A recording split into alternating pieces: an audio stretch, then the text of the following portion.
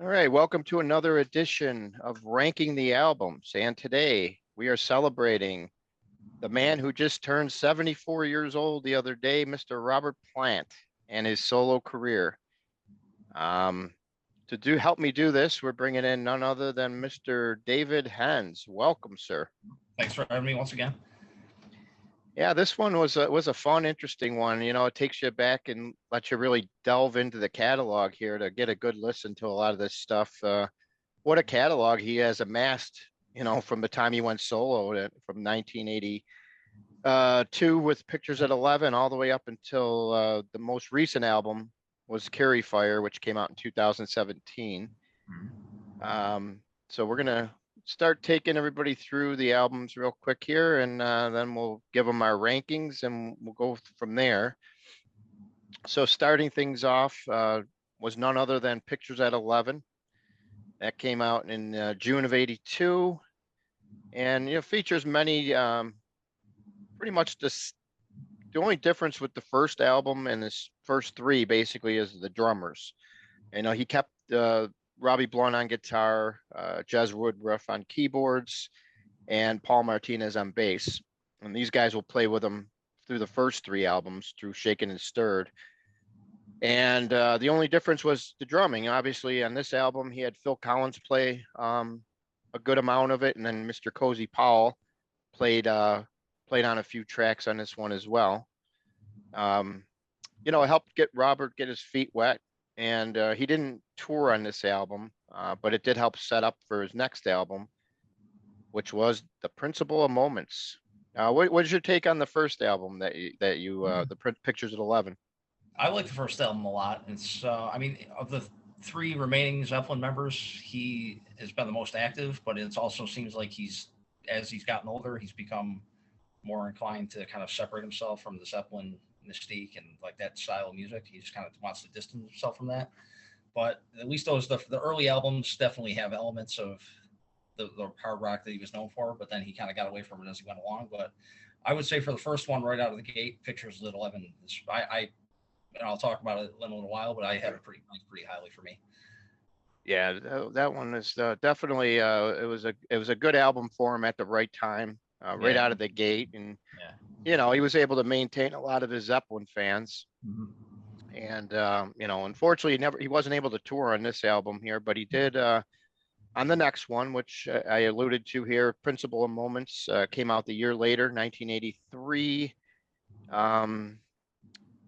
July to be exact. So almost a full year later, it came out, and it definitely, another back-to-back platinum album. He had platinum on Pictures at 11, hit platinum with this one. And Principle Moments kind of like really started to take a little bit of a turn. You notice the music was not as hard, not as heavy, but he still had so many elements in there that really stood out. And definitely a lot of good music on that album as well. What was your take on Principle? Yeah, I love Principle. All the songs are strong. The production's really good. Everything sounds really crisp on the album. Phil Collins playing is excellent. Yeah, Phil played on this one. He played most of the tracks again with just a handful that Barrymore Barlow played. Another solid album, and definitely Plant that he toured behind this album. And I was unfortunate I wasn't able to see it. It was a little bit before I was able to start going to concerts, but everybody that I know that went to it loved it. It was good to see because Phil Collins actually played drums on the North American tour. Yep. So that was something to see for sure. Yeah, no, my dad was at the Odd Show. Oh wow. Yeah. Nice. All right, so that takes us to Shaken and Stirred. And he really shook the pot there, didn't he, when he changed the landscape of his the way he was recording some music there. This is where he took a really deep shift. And you could see it. Obviously, a lot of the fans saw it too because it only went gold, so it didn't sell nearly as good as the first two albums did. But the tour was very successful because at the same time around the release, which was May of '85, he also came out with the Honey Dripper EP. and kind of lumped them together. And when he went out on tour for this album, it was cool because he did like a Honey Drippers set in the middle of it, which was unique at the time. You know, he didn't have like really any special guests like he did on the Honey Drippers EP, like Jimmy Page or anything. But he did a great job. I mean, that tour, you know, the Shaken and Stewart tour definitely was the first time I got to see him, and man, but I was very impressed with that tour. You know, even though the album wasn't as good as the first two, the tour was phenomenal, and it was great to see. You have any thoughts on the Shaken and Stirred? Yeah, I mean this one's got, it always seemed like kind of the outlier of the catalog for me. Just he went in a completely different direction, and it's definitely got, it sounds very 80s. Kind of outdated, huh? Yeah, it's like even like the album cover, it doesn't look like something you would expect from Robert Plant. It looks more like XTC or something like that. So Yeah, that's for sure.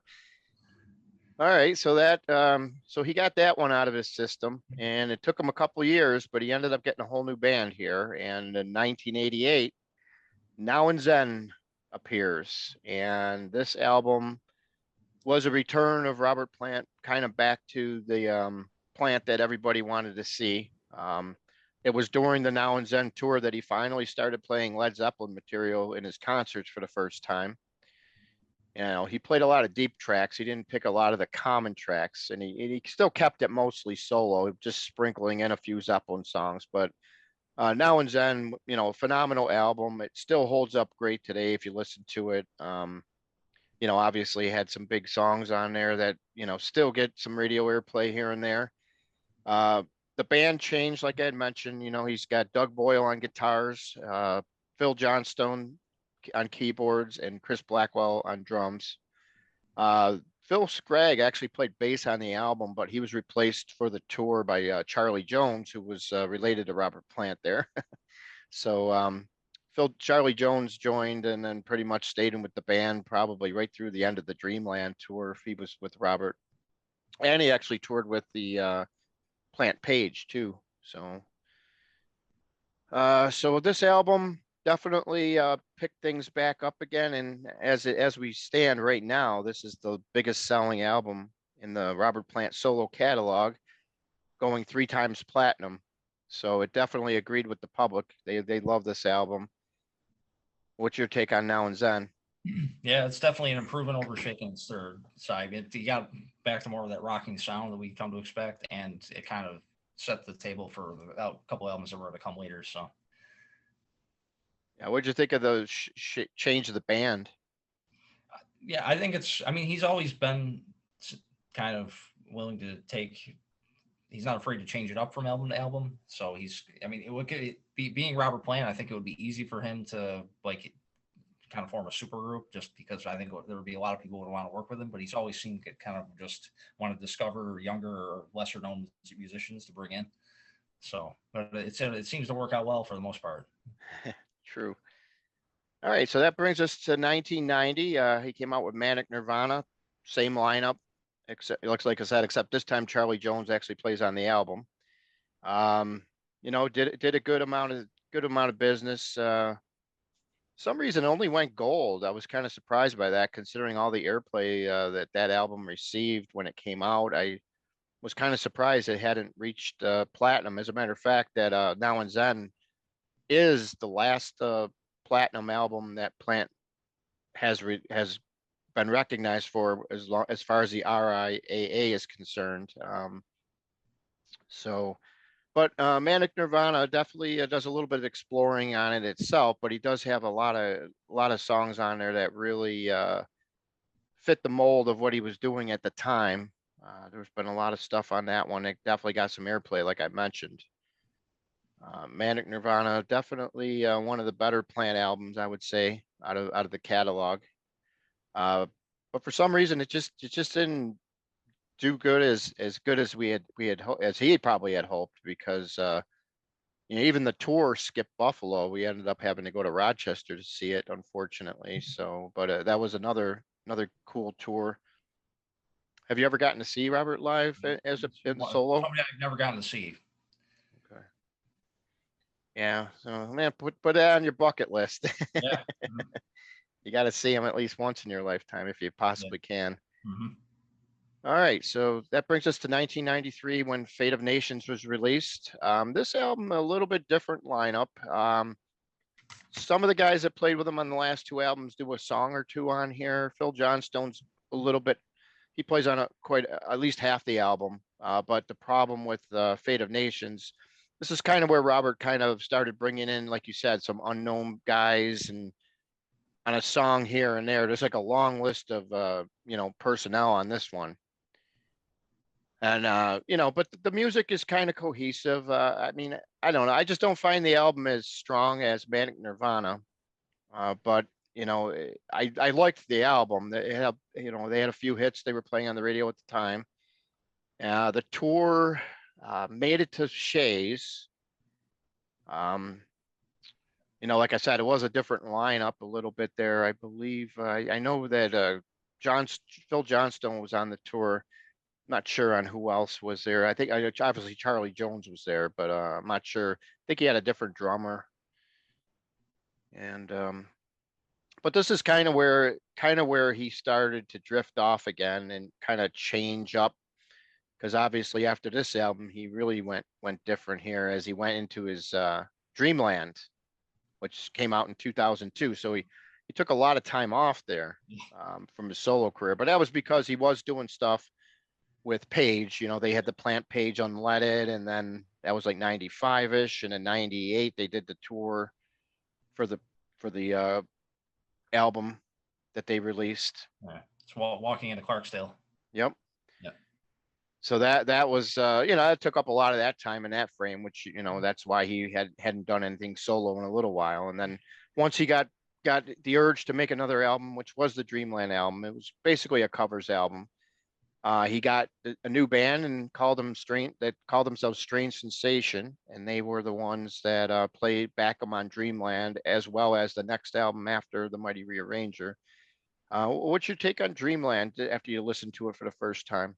Yeah, Dreamland. I mean, I think he included too many covers. I don't really need to hear Robert Plant doing covers at that point. But I mean, it's like for me, it ranks, essentially near the bottom of the list for me. But I mean, I mean, his voice sounds good, but I don't know. There, like his choice of covers didn't really excite me that much.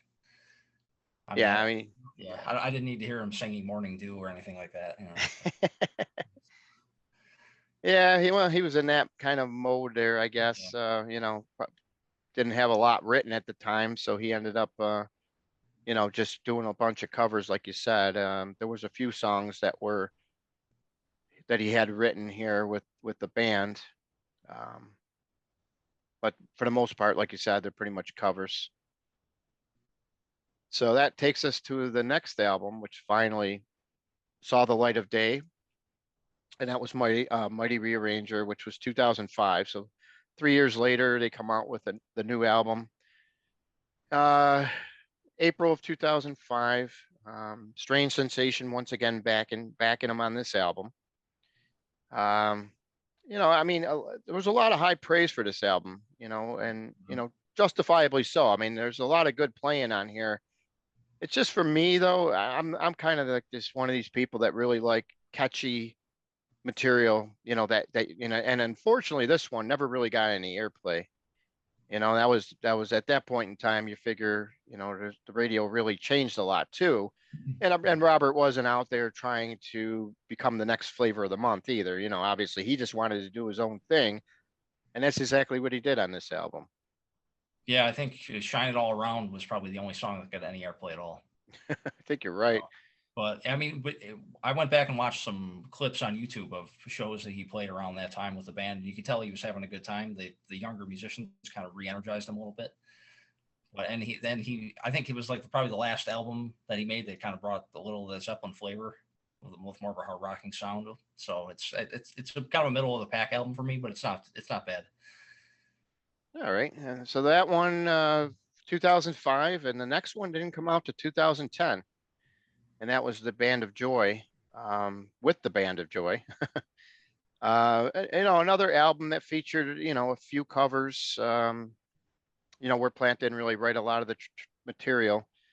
But this one I think is a little bit stronger than Dreamland. I actually warmed up to this one a little bit better than the Dreamland one. Some of the songs are just more catchy. Uh, the musicianship just a little bit different than other stuff, but it definitely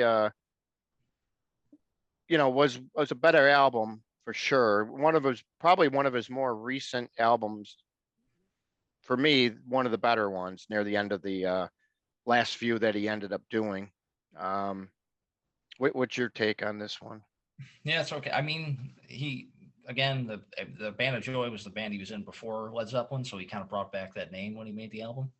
So he, I mean, but I don't know. I mean, I of course I'm going to prefer the hard rocking sound a little bit, and I don't mind the folk elements and the experimental stuff that he started bringing in later on. But the overall, I think the material on Band of Joy was kind of boring for me. It's a little underwhelming, but it's not my favorite of the few he's done.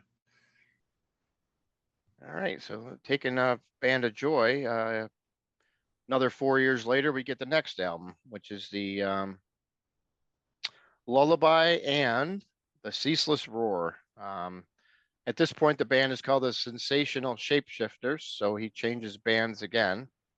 And this one came out in September of 2014. And a new album, starting to do more things as far as different things with music once again. Robert's going to do what he wants to do, and you can't blame him. The guy's done the Zeppelin thing, he's done the solo thing. So this is the kind of music that he's been playing over the last 15 years. Even the Americana stuff with Alison Krauss and stuff like that. Um, I mean, it's a solid album. If you put it on beginning to end and have it on, you're definitely going to warm up to some of the tracks. But once again, it's never going to be stuff you hear, other than when you're playing it yourself, probably. Unfortunately, what do you think? What do you think on that one? Yeah, I think the Lullaby and the Ceaseless Roar is it's probably my favorite of the last three that he's made. I think the material is strong. His voice, he's definitely found a niche for himself in terms of what his voice can do at this point in his career. I mean, he's not really pushing himself anymore, but he's kind of found a nice pocket where he's comfortable in terms of the arrangements and everything. And I mean, like again, I don't know how many of the old school Zeppelin fans are seeking out his solo catalog at this point. So he's almost kind of making it for a different audience. But I mean, Exactly. when you look at the tours, like he at one point he was going out on a lot of those jam band festivals, which is a completely different crowd than what you would have seen in the '70s with Zeppelin. I don't think it seems like the younger jam band crowd is kind of what he's going for right now. All right. So that was Lullaby, and 3 years later we get Carry Fire with the Sensational Shapeshifters again. 2017 October. Um, I think it's pretty much an extension of the previous album. Like you said, you like the Lullaby pretty much out of his last three. You feel that that's the strongest. I would say this one's probably close to the same. It's Mhm. similar, same kind of stuff. And this is what like you said, he found a niche, and this is what he's doing now. You know. Mhm.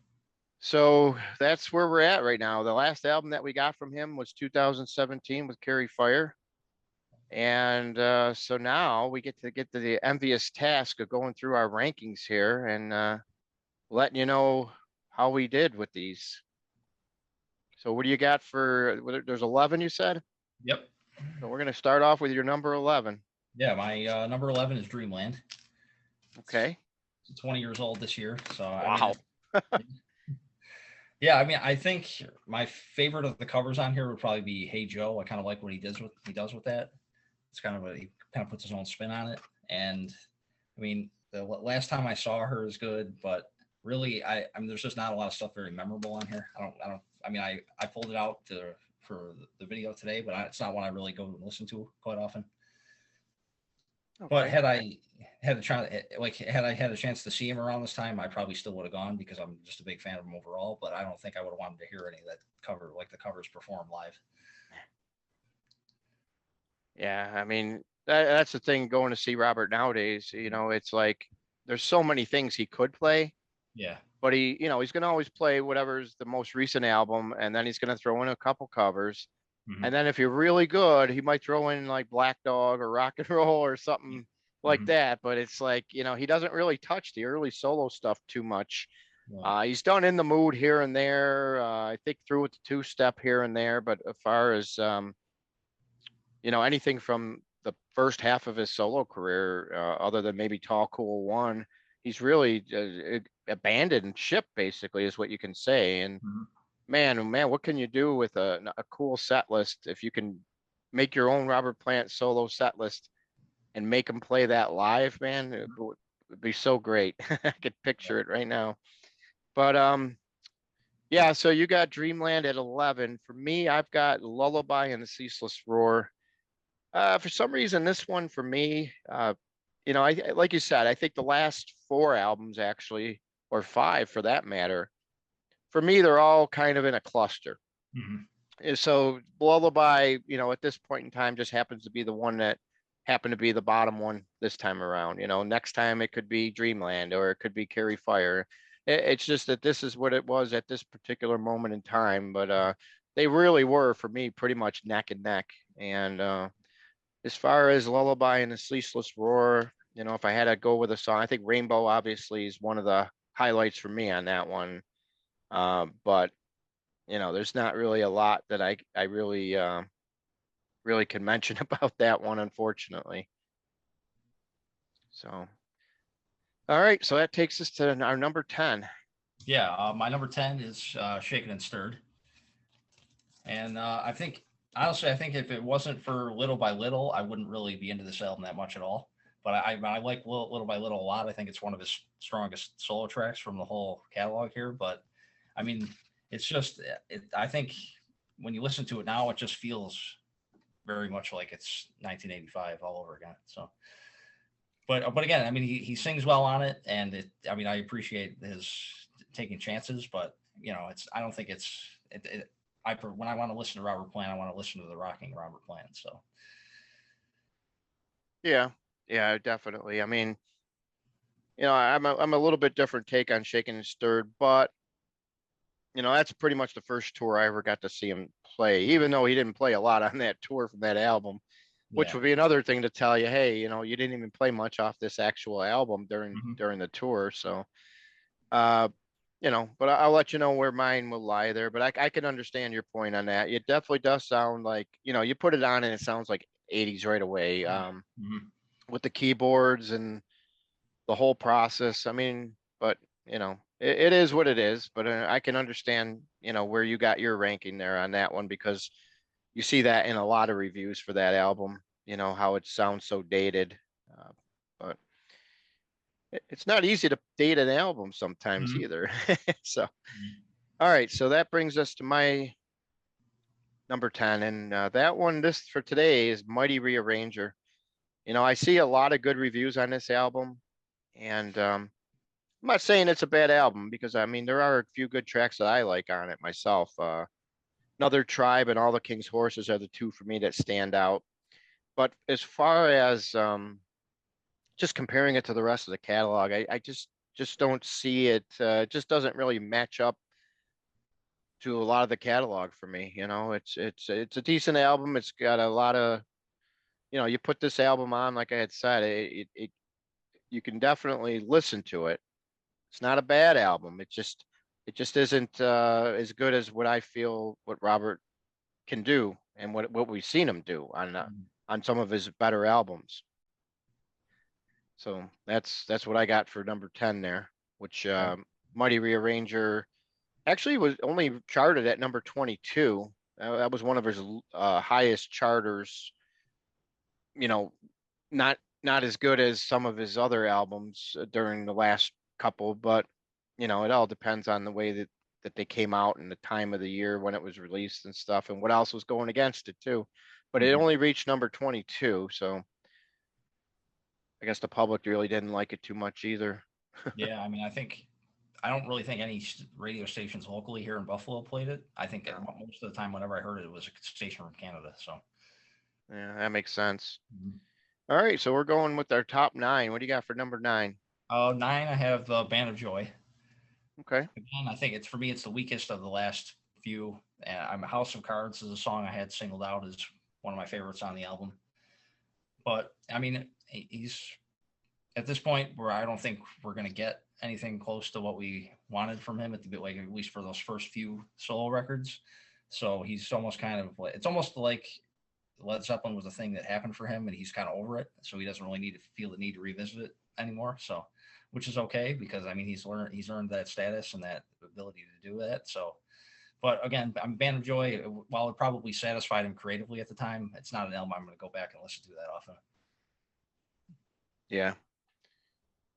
All right. Well, for me, my number 9 is a little different. Mine is Carry Fire, which was his last release to date. Um, reached number 14 back when it came out 5 years ago already. Wow, time's flying, ain't it? So on this album, a couple of the tracks, Away with Words is one for me that stood out, and Season Song was another. Those are the two that stood out for me on Carry Fire. Similar thoughts I have on this as I did Mighty Rearranger. Like I said, these albums were all kind of neck and neck. So, a couple more good tracks and maybe it would have separated itself from some of the other ones. But as it stands right now, it's just doesn't have a lot of tracks on there that really catch my attention, that really grab me by the throat. You know what I'm saying? Not like the earlier albums where, he had so much airplay, helps big time. But there were a lot of good, solid cuts, even on the albums, the early albums, where maybe the radio would play an oddball track here and there that they just, he made a lot of good music back in the 80s. Really, those are where the four big albums were made, were the 80s for him, and that's you know that's where I fall for. That's where I like that period. Mhm. So that's number 9 for me. What do you got for 8? Eight, I have Carry Fire. Okay. So the season song, as you mentioned, it's one of my standout tracks on there. I also like Bones of Saints, but again, he's kind of like he gets a little further away from the Zeppelin vibe with each album than each passing year. I feel like. So I mean, I think almost rather listen to the Alison Krauss albums he did than any of these last few, but at least it's something different with having a female flavor to it. But Okay.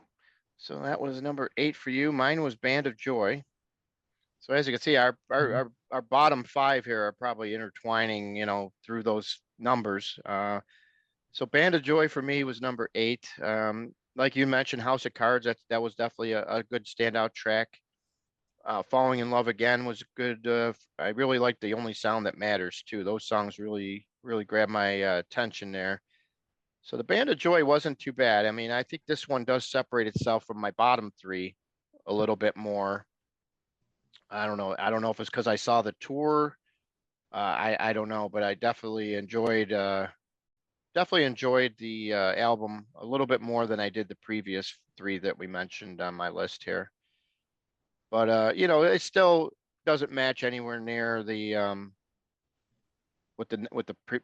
albums that are going to be talking about coming up in the next few minutes here. That's for sure. So we're going to go down to number 7. all right, number 7, I have Lullaby and the Ceaseless Roar. I Turn It Up is one of the songs I had highlighted for that album. And like I looked at like all of his recent albums, they're always like at the end of the year, everybody has them on like year-end lists, and they're all critically acclaimed. But I honestly, if you walked up to normal people on the street, I don't think any of these people would be able to tell you one song off of them. So I think it's almost more of like the mainstream critical publications that are I think kind of bumping these albums up a little bit because I think just everyday people off the street aren't listening to them anymore. So but I mean, the quality is still there, but in terms of like the commercial crossover appeal, I think that's just not. It's a thing of the past. So Yeah, yeah, I agree on that. Lullaby and the Ceaseless, obviously for me was yeah, number 11. So for you, it's yeah. 7. So, and I think I'm switching you around. I think my number 7 was your number 11, and that is Dreamland. So we kind of just flip-flopped there. Reached number 40 on the charts. You know, what's expected. It was a covers album. Actually, to make the charts at that point in time, you know, that's actually quite impressive for basically a covers album. Mhm. So, you know, like you had mentioned, this album, you know, not exactly your favorite cup of tea. But there are a few songs on here that I enjoy. Song to the Siren is probably one of his best tracks out of his later career. I really like Morning Dew. That's definitely one that stood out for me as well as the One More Cup of Coffee. That's another one that stood out pretty good. You know, it is what it is. You know, at the time that was the follow up to Fate of Nations.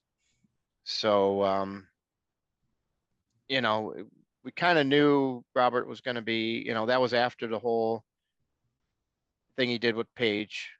So playing with Jimmy on that album, Walking into Clarksdale, kind of got the rest of the Led Zeppelin stuff out of his system, I think. Mhm. You know what I mean?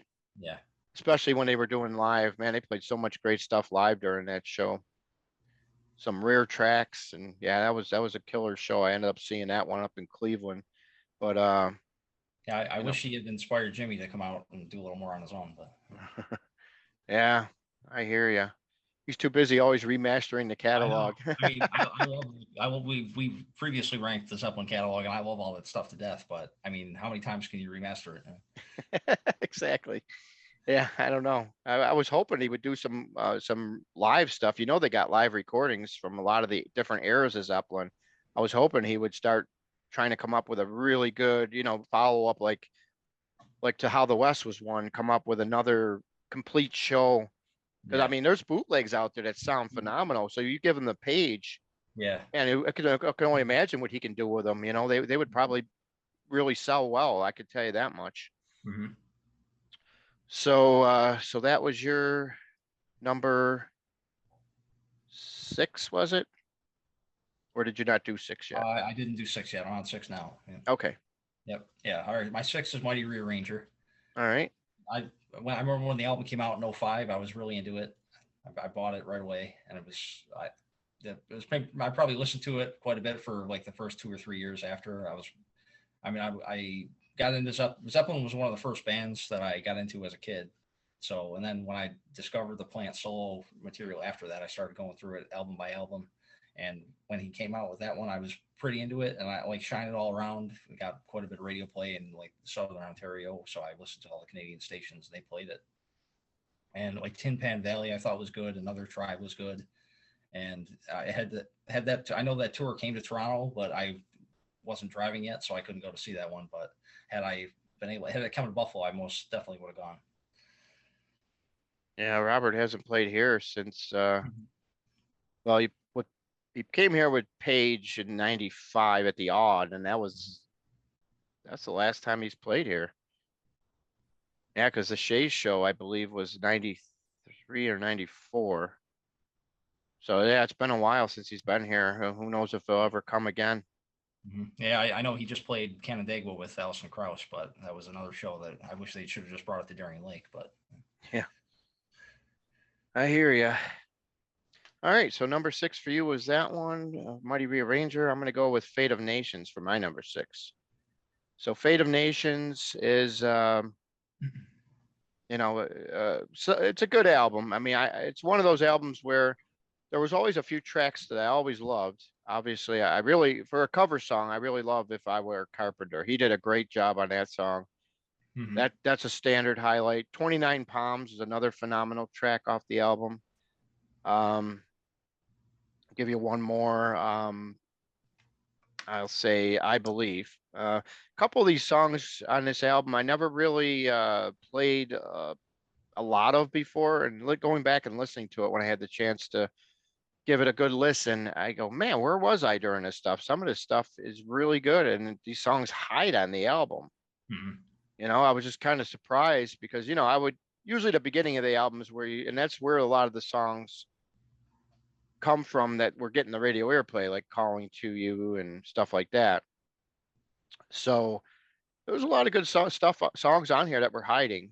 Definitely, one of the, it's right in the middle there at number 6 for me, but it definitely is one of my, I really like this album a lot more than, it's just that I find 5 other albums by Robert just a little bit better. Yeah, my number 5 is actually Fate of Nations. So Okay. yeah, Calling to You, I think, is a great opener. Down to the Sea is good. I mean, there's definitely a maturity to his songwriting and his vocal approach on this album that kind of sets the tone for the later portion of his career. But it's definitely a solid album, and even when you read the booklet that came with the CD, there's a bunch of like stuff about war and so what different bits of social commentary. So I don't know if that was like something that he was keen on doing at the time, but it was not really present in any of his previous albums. So Okay. And that was the last Plant album to get any certification too, by the way. It was the last gold album. Reached number 34. Um, so that was your number 5, my number 6. So I'm going to go now to my number 5, which is Manic Nirvana. Another gold album. Peaked at number 12 on the charts. This album, from the moment I got it, I really enjoyed it. Hurting Kind was a song you'd hear on the radio a lot. Liar's Dance was another one, acoustic flavored there that got some airplay on the stations here. I mean, the album, I think one of the things that kind of hurt this album was there weren't a lot of tracks that were played on the radio on this album. But if you went to the concert, you definitely seen a lot. They played a lot of the songs in concert from the album, and including the opening track, which would probably surprise a lot of people. But that was Watching You. He opened up with that song. It was Rochester, New York. He opened up with that tour. That was the closest it came to here. And that song, never really got any airplay. But man, for him, the way he opened up with that song, it really set the tone for the evening. That Manic Nirvana tour probably ranks. I don't know. It's tough to rank these tours when you've seen 3 dandies in a row. I really, like the Shaken and Stirred tour was my first. Now and Zen, I actually got to see that one twice, which was very fortunate. And then obviously Manic Nirvana. He was still doing a good dose of Zeppelin during this tour, which was nice. But he still managed to fit in a lot of songs off this album. But definitely a good album. And for me, number 5. all right, oh yeah, my number 4 is Now and Zen. Okay. Definitely, production on this album is really solid. It's a pretty rocking album. My Heaven Knows is a great opener. Tall Cool One, it'll get stuck in your head every time you hear it. I like Ship of Fools is also really good. I mean, he sounds great on it. The band's solid. It's just I like it a lot, but I don't like it as much as the other few that have to come. So Yeah, definitely a great album. It's definitely one of those albums that, it's not going to sit in the closet. You're definitely going to be pulling it out and playing it from time to time. Definitely one of those albums you could probably almost put on and play it from beginning to end too. That's another thing about that album, which is cool. So mine's actually a little bit lower. So we're going to go to what my number 4 is. That's going to be Shaken and Stirred. So it finally shows up on my list. And I don't know. I mean, it's a lot lower than the last 2 albums that I had, Fate of Nations and Manic Nirvana, and people probably look at me like I'm crazy. I don't know. I was surprised too, to tell you the truth, that this album was is ranked as high as it did. Because I kind of have a formula in the way I rank them. I just don't pick one over another. There's actually a formula that I go by. So I was kind of surprised where it landed. When I went back and looked, though, there was only like one track on there that I really gave a bad grade to, and that was Too Loud. Definitely the weakest. You figure a song called Too Loud by Robert Plant would be a killer song, but it actually is probably the weakest one of the weakest tracks he's ever recorded in his whole career. But But if you go through the, like you said, little by little, obviously that's still played on 97 Rock to this day. You know, they'll pull that one out. That's one of those songs that just, even though the album might sound dated, that's one song that, you know, you could hear that Zeppelin vibe in there a little bit in little by little. You know what I mean? The way his voice carries in throughout the song, it definitely gives you that Zeppelin-esque feel. But another song, there's two other songs on here I want to bring up.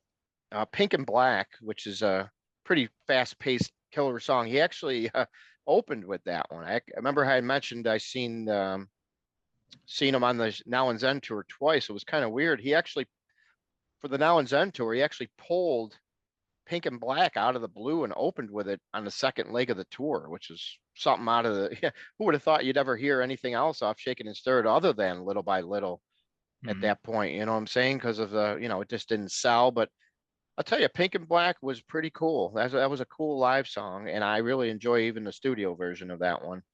But the other song on this album, Sixes and Sevens, I don't know how that one for me is just one of the strongest songs on Shaken and Stirred because it doesn't have that dancey music on there or synthesizer going crazy. It's just a solid rock track that just echoes with Plant singing away there. So it's just songs like that, you know, really helped escalate this album for me. You know, it has some other stuff on it, but those are the ones that really do it for me. Little by little, sixes and sevens, and then Pink and Black. So that's where I arrived at for my number four, and so that leaves us with your top three. What do you got for number three? Number three, I have Manic Nirvana. Okay. I think the guitars on that album sound great. I feel like he kind of recaptured a little bit of that Zeppelin swagger in his voice on that album. I mean, even like everything down to the album cover, he's got that classic '70s Zeppelin pose with the flowing hair and everything. So, and there's definitely, I mean, I've always loved Big Love, and She Said is great.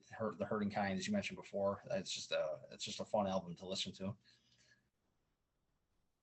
Yeah, definitely. And you know, carrying it on, you got Anniversary, which is another stellar track off the album. You know, Tie Dye on the Highway, you know, that one he actually played a couple times live. So yeah, he's definitely got a good vibe going on the album, like you mentioned. So I can definitely. I was kind of surprised mine was at number five. Like I said, I figured it would have been around number three or four. But definitely an album that, you know, I love it myself. I just wish it was. It's hard to rank them though. I tell you, when you get somebody that makes a lot of good albums, it really makes it hard to rank. Definitely. All right, so my number three brings us to the one that you mentioned earlier, not too far ago, Now and Zen. So I guess that leaves our top two pretty much the same. We'll see if they're in the same order or not. Yeah. But yeah, Now and Zen. This is where, you know, things really picked up for him, and it all started, like you said, with Heaven Knows, really, because that was the song that really they started playing first on the radio when the album first came out, and you know, that was one of the songs that really helped carry the album along with, you know, when they finally released Tall Cool One. Cool song on that album that doesn't get its just due is The Way I Feel. That song is just another standout track that would have loved to seen that one live. He's only played it a handful of times too, so would have been great to see that one. Ship of Fools, you know, he actually played that, if you remember, during the Atlantic Records 40th anniversary. He got to do 3 songs with the solo band before he came back out later on with Zeppelin. So Ship of Fools was one of the ones he played. I think, as a matter of fact, the 3 songs he played were from this album entirely. Heaven Knows, um, and he played Tall Cool One, and then Ship of Fools. And if I'm not mistaken, I believe he did. No, I'm not sure. Yeah, I think those are the main ones he played. And so, yeah, great album, Now and Zen. You know, um, like you had mentioned, there's so many good songs that just, you know, sometimes don't get the proper airplay. You know, some of these other songs, if they would have gotten some more airplay, it would have made these albums a little bit bigger. Definitely. So what do you got? We got going down to the wire here. We got 2 left here. Yeah, my number 2 is Pictures at 11. It's the first of his solo albums, and Burning Down One Side. I always love that song. It's a great way to kick off the album. And the Slow Dancer is the epic track on there. I mean, Robbie Blunt's guitar playing throughout those early records is excellent. I mean, he's not Jimmy Page, obviously, but he's not really trying to be. He's got his own style. So it's, I mean, I can't really say anything bad about that album. Yeah, definitely a very cohesive unit, by far. But unfortunately, it's not my number 2. So that brings me to my number 2, Principle of Moments. You know what? It was very nip and tuck with these last 2 albums. These ones were probably the closest rankings out of any of the catalog here. And Pictures at 11 is just a smidge better than Principle in my opinion, but Principle is a dang good album, no doubt about that. It ends with the epic Big Log, obviously In the Mood, classic Robert Plant song. He used to open a lot with that one. Great opener. Through with the Two-Step, another song that received some airplay, and definitely a great song. And overall, this album definitely is the second best Plant album in my estimation. It's one of those albums you could play from beginning to end and just enjoy it from beginning to end. It's just one of these great albums that you just don't have that.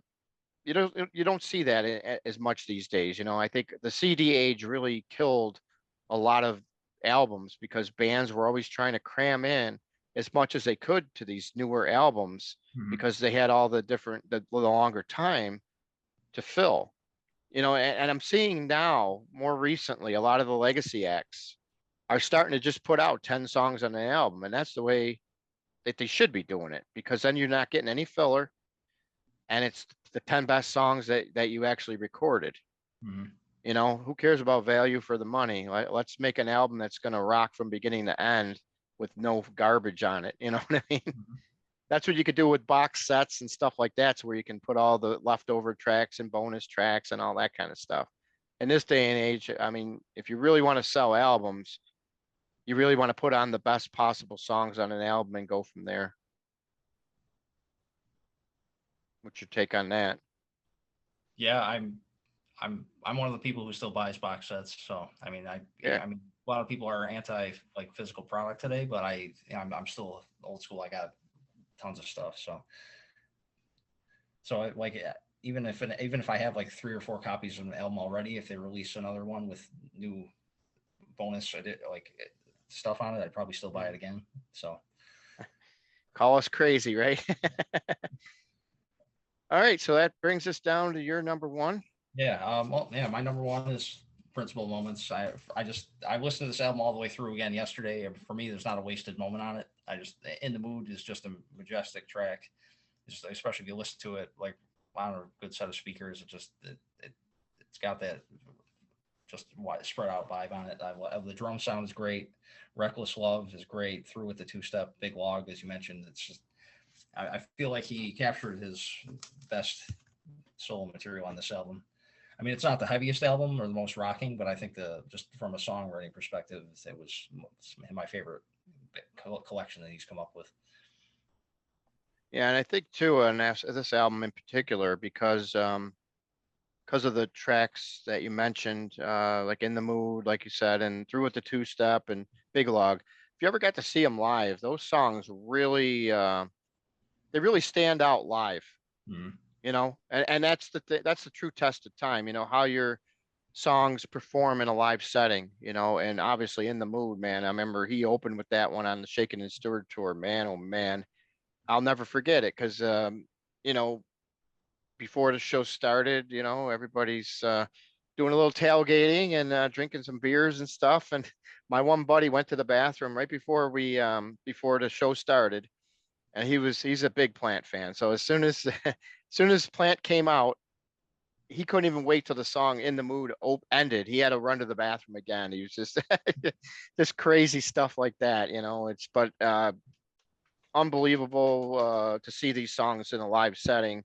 If to be in person to see it, I mean, it's one thing to watch it on a video, but to be in the room Mhm. and see this stuff being played live, it's a whole different ball game there, you know. And Principal Moments, yeah, that was definitely one of the strongest albums. You know, if you look anywhere, you know, I'm in the process of eventually going to be ranking every album I own, which is going to be a massive task. And I'm sure if you did that, it would probably take you a Yeah. long time Yeah. because I know how I am, and I know how some of the other people are, like Tom Jennings, another guy that has a massive collection. Trying to, but I'm going to attempt, and I can almost guarantee you that Principal Moments will probably be in the top 100 albums easily of all time for me, no doubt. I don't even have to think about it. It's going to fall in there for sure. All right, so that brings me to my number one, which was your number two, and that's Pictures at 11, the first release. I was kind of surprised that that one kind of stood out for me over Principle and even Now and Zen, to tell you the truth. But that was where we're at, and I think, like you had mentioned, Burning Down One Side. You know, how do you get much better than that opener to kick off his first solo album? And then Pledge Pin was another highlight. That's one he did alive a lot early on in the first couple tours. The ballads here really do me justice, though, too. I really love Like I've Never Been Gone and Moonlight and Samosa. You know, slower songs, but they really stand out. I really enjoy these albums. This album with these two songs on the ballads, and then you kick it into high gear with Slow Dancer, like you mentioned. You know, just phenomenal stuff. And that's what probably put this album a little bit over the top for me, is just because I like the good mix of it. You got something hard and heavy, you got something loud, and then you got some ballads to mix it all in, and it just flowed really nice. And that's another thing too, the sequencing. You had to know how to sequence an album, you know, back in the '80s. And then that was something that these guys were good at, you know, at least for the first two albums, and they really set it up nicely so you can play them nicely from beginning to end. Any other Robert Plant stuff you want to mention? Any other songs that appeared on any other compilations, B-sides, or anything that you want to bring up that you enjoy? Anything like that? I really enjoy that album he did with Page, the No Quarter acoustic one they did. That's the way they kind of brought in some more of the like the Middle Eastern elements on when they did like different versions of the Zeppelin songs. That's pretty good. Yeah, that was definitely that's what kind of started everything for their Yeah. reunion there, which was good because that's what we were hoping for. You know, everybody wanted to see, you know, as close to Zeppelin as we can get it. And that one Mhm. definitely helped out. Yeah, I mean, you know, there were a couple songs he did that stood out a little bit for me. I liked Far Post. I don't know if you ever heard that one. It's from the White Knight soundtrack, but Okay. it was recorded somewhere around the early albums, the first two. So it kind of fits in with that kind of mode. It would have fit in right nicely on Principal Moments, actually. But it was released on the White Knight soundtrack. That was definitely one of them. There were a couple tracks on the if you got the box set of Robert Plant, where it's got like his first was it his first 8 solo albums. They got them all on there. There's and it's got the Honey Drippers on there, by the way, too. If you don't have it, definitely must pick it up, fans. If you don't have the Robert Plant box set, that's something that definitely just to give you a rough idea here. I actually got it right next to me here. 9 Lives. Mhm. So that's the box set there. Great stuff. Everything's remastered. It's got the bonus tracks on here and a lot of good stuff on here for sure. So definitely recommend getting this first. And then there was another album he put out, kind of like a compilation called, it was I want to get the exact name for you, 66 to Timbuktu. I don't know if you ever heard of that. It was a compilation. Like the first album, the first CD it's a 2 CD set. First CD is mostly all great, like a greatest hits type thing, and then the disc two, he's got a lot of rarities on and B-sides and stuff like that. So that's another thing if you're really into Robert Plant, we definitely recommend picking that one up too. Not sure on how the availability is on that one, but Mhm. definitely, if you're a fan, you definitely want to grab that just because of all the rare stuff that's on it for sure.